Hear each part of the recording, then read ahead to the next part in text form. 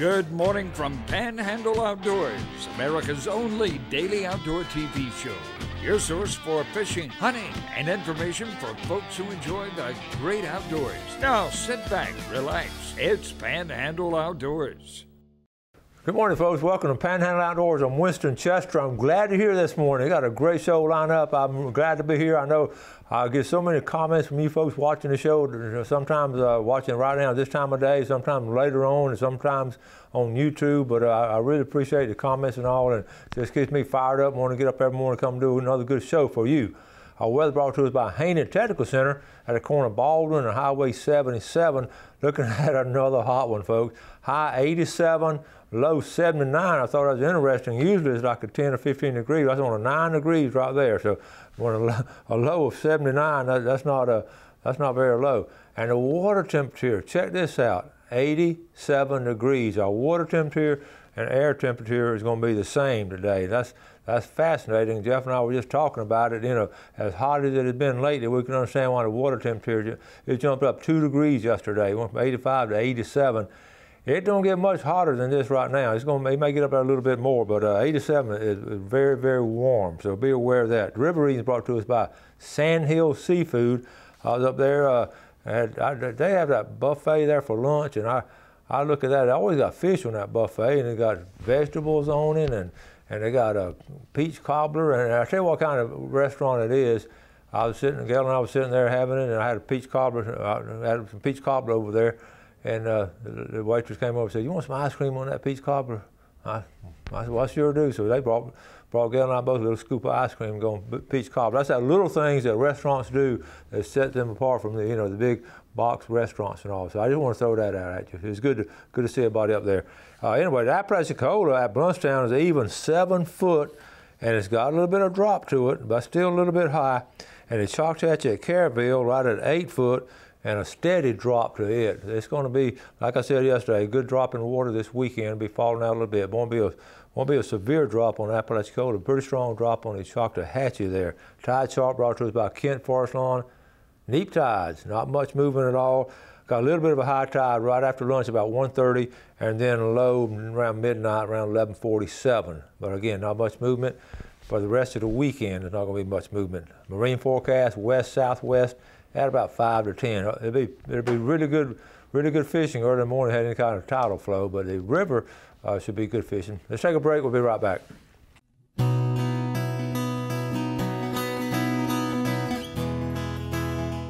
Okay, welcome back. Glad you're with us this morning. I got all kinds of things going on. We're going to check in. July 4th is coming up, and one thing about July 4th, you better have some watermelon somewhere around the house, and not just one or two, but.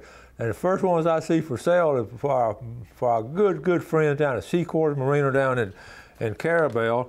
Watermelon just arrived from Georgia, seedless and cold, $5 a piece. Now here's a kicker, okay? Check this out.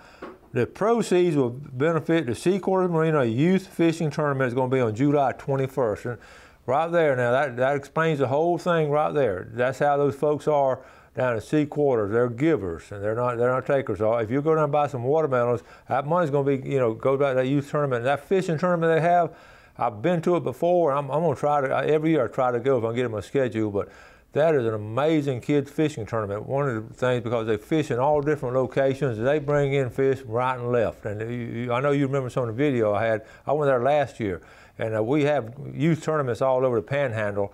But I don't think this one is special in that so many kids are out there spread out all over the place. So so keep that in mind and take your kid fishing down there. But between now and then, goodness gracious, go by and get some of those watermelons. That's fascinating. Okay, checking out Florida. Okay, I knew y'all were going to be interested in this. Far higher. I run across all kinds of things. I have to double check and make sure it's not spam and fake news, but. Hunters with shotguns, the Florida Everglades need you. Okay, check this out. I started reading on this. I checked it out.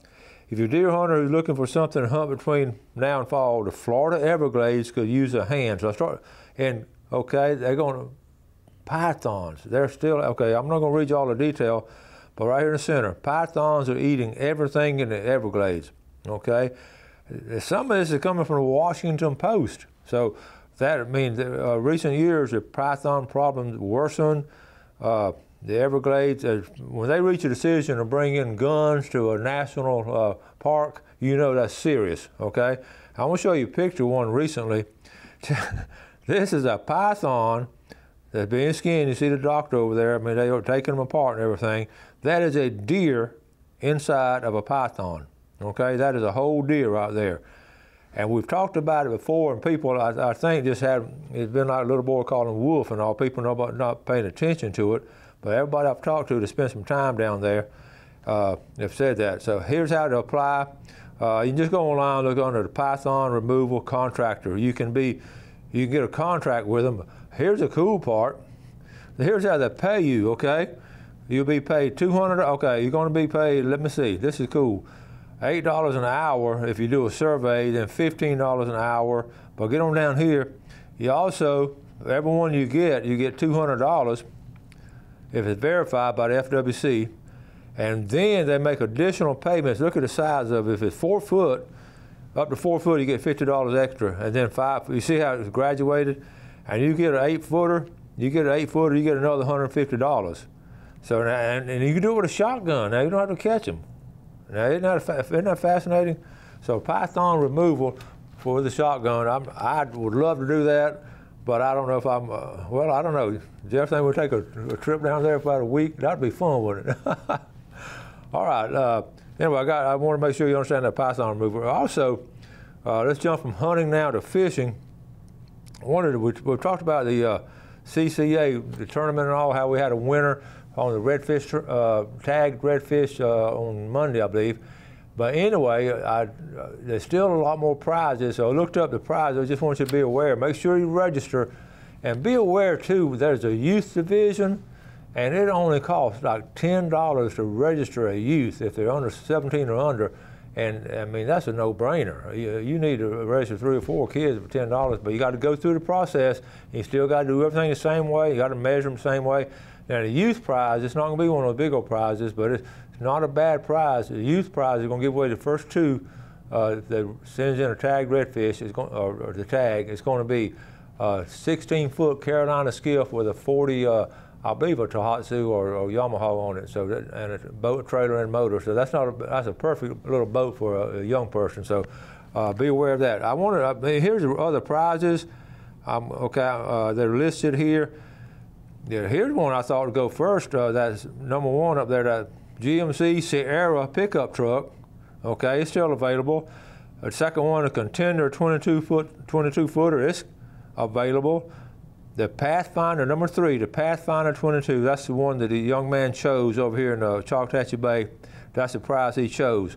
Still leaves a Hughes Redfisher, some cottonmouth aluminum boats, a 21-foot Carolina skiff, and then you see the down at the bottom also. So anyway, there's still a lot of good prizes left. In fact, here's some pictures of them. I mean, you can win that truck there, you can win that. So anyway, you want to be aware of the prizes.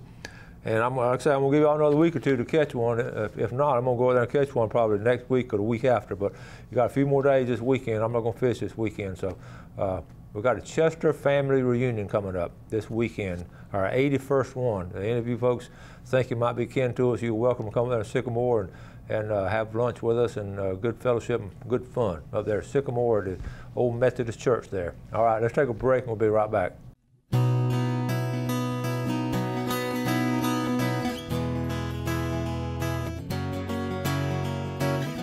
All right, welcome back. Let's add some names to our old pickle jar over here. How about Jerry Vickers from Howard Creek, okay?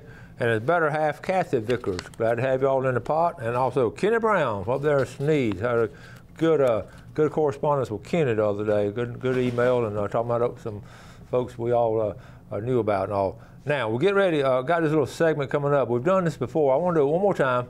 And it was talking about our beach house down at Cape San Blas.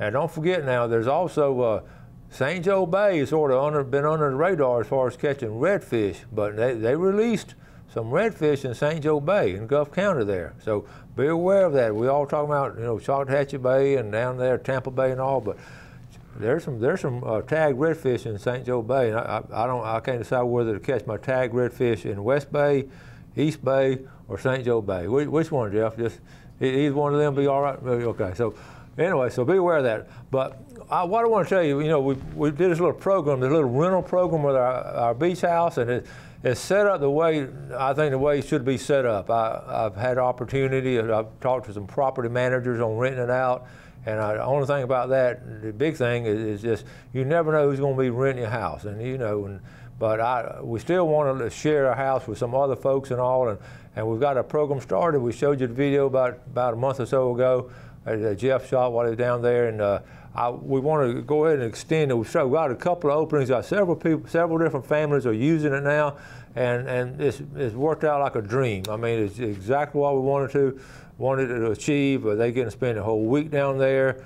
Okay, remember, and they've loved it. We talked to them recently. I had a family there last week, and they had a wonderful time. And what it is now, you get 1 week in each season, summer, spring, winter, and fall. You get 1 week in each season, spreads it out, and we're renting it. I promise you, folks, we're renting it way below the market rental. If you don't, you go check it out and everything, and see what houses are renting for down there. I talked to a lady yesterday, and there was a larger house than ours, but she and her family, they had their in-laws there with her, and they shared the cost. It was $3,000 for that 1 week to stay there, and it's not going to get any better and all. So we're renting ours way below market price, because what I want, and I've been blessed to have that house set up like that, and to be able to get that house.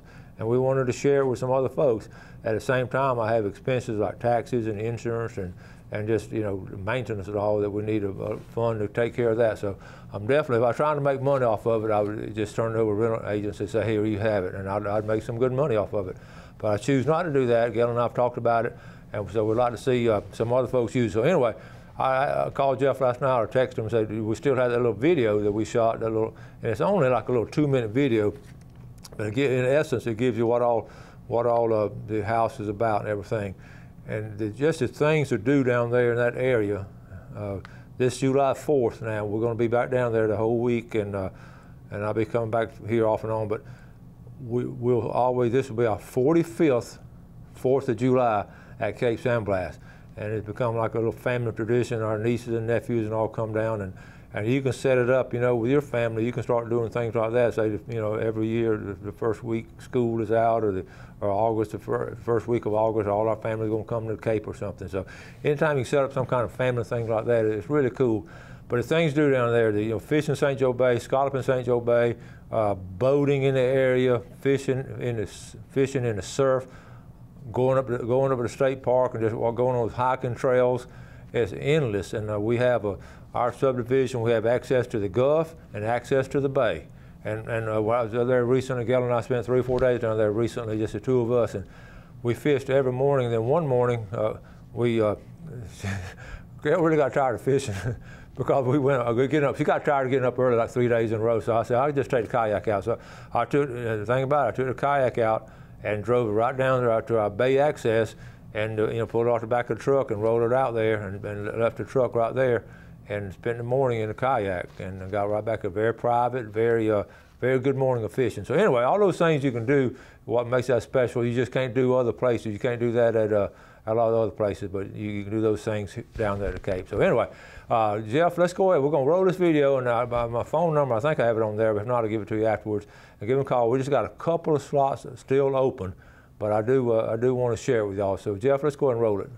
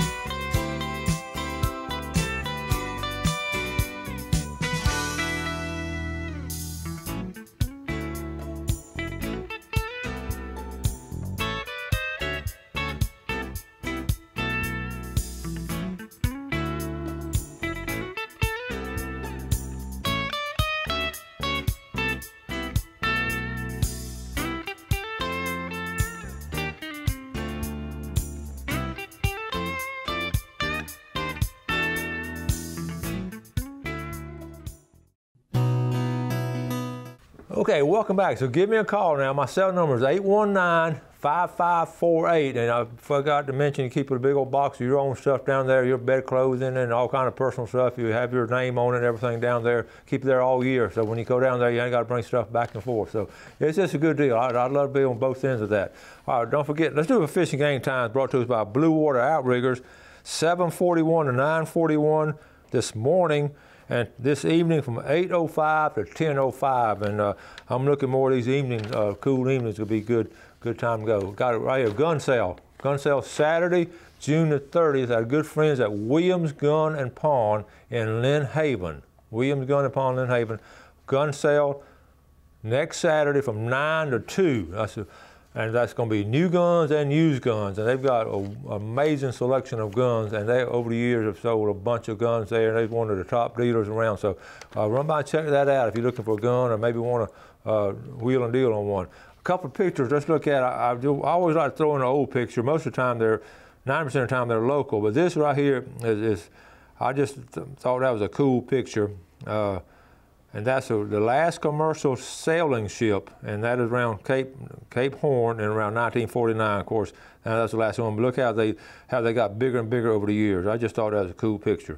And also, now let's go to modern day in the Everglades. Just want to give you a picture of what a python looks like. Don't be scared of the gators now when you go to Everglades. You want to be scared of this bad boy right here. That's what's going to scare you. So it's bad. Okay, now. I want to talk about, let's see, I got a couple more pictures. I got an email right here. Hey, Coach, watching your show this morning about old homesteads. Something else I remember was it seemed like everybody had a China bear tree in the yard. You don't see them much anymore.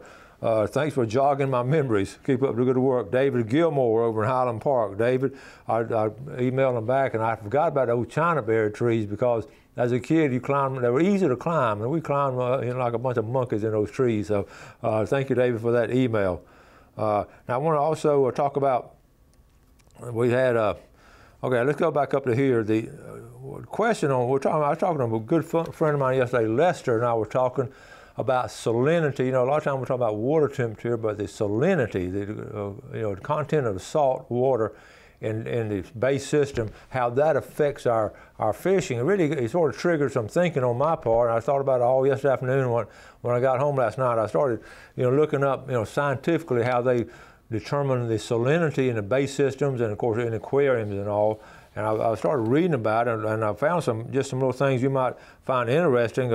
This is in the Pensacola Forum, and this guy is the question: how does salinity affect fishing? And this guy talked to Dr. Bob Shipp. And let me mention that right now. I interviewed Dr. Bob Shipp. He is the authority on saltwater fishing as far as a marine scientist, Dr. Bob Shipp. And I interviewed him in the early days of our show. But anyway, he convinced me enough that I bought a salinity refractometer to keep check on my fishing waters. Specks and redfish prefer a salinity of 27 to 32 parts per thousand, and a temperature of 72 to 76 Fahrenheit, okay? Now, okay, so I looked up, I don't know much about those refractometers, and they have them, this is on, of course, in stock here. They're only $20. You can get them and this is for seawater, marine fish keeping aquarium, and this is how you check the temperature and the salinity and all. And people are actually doing that, and it makes a lot of sense. And again, here's one talking about right here, speckled trout in the spawning from 17 to 35 parts per thousand. This is a good point here, full strength seawater is 35 parts per thousand. So you can see they want to be in pretty salty water, okay? And then anyway, I was talking about checking that, and Lester was talking about old buddy, Lester's originally from Mobile. He grew up over there around Mobile Bay, and he said they had a guy that he knew, that's one of these old timers who always caught a lot of redfish. He said, red and trout, but he would actually put his hand down in the water in the morning and sort of taste the salt water. Some Louisiana fishermen do that on a regular basis and just see how much salt water's in it. And over the years, you got 20,000 taste buds or something, and you can pretty well over the years know how salty the water is. I personally am not going to go that route, but it's important that we look at those little things like that, and I may get one of those to just I know up in North Bay, checking it out at the mouth of Choctawhatchee Bay and Apalachicola Bay, and you got fresh water coming in, so of course it's not as salty and the salinity is not there. But at the same time, you catch a lot of trout and redfish in those areas. So it'd be interesting to see how they've adapted over the years to the salinity of water. So that's something as an outdoorsman you might want to pursue. And I know St. Joe Bay now will be a high saltwater concentration because you have no fresh water coming into it. So those little things like that all stem from this conversation I had with my buddy Lester yesterday. We were talking about, all people talking about water temperature and all, but the salinity has a lot to do with saltwater fishing in our bay system. So check it out. Who knows, that might be the key to you catching that prize-winning redfish in that tournament and all. Okay, we got tomorrow now, our big show will be giving away a lot of stuff, and Brad Stevens will be coming on. Got all kinds of things going on down at Sunjammer. So we'll wrap it up for today. Thank you all for watching our show. We always appreciate your viewership. Do something good today for your fellow man. You have a great day. Enjoy the outdoors, and God bless. Thanks for watching America's only daily outdoor TV show, Panhandle Outdoors with Winston Chester, featuring hunting, fishing, and other activities and information to help you enjoy the great outdoors. Join us next time for Panhandle Outdoors.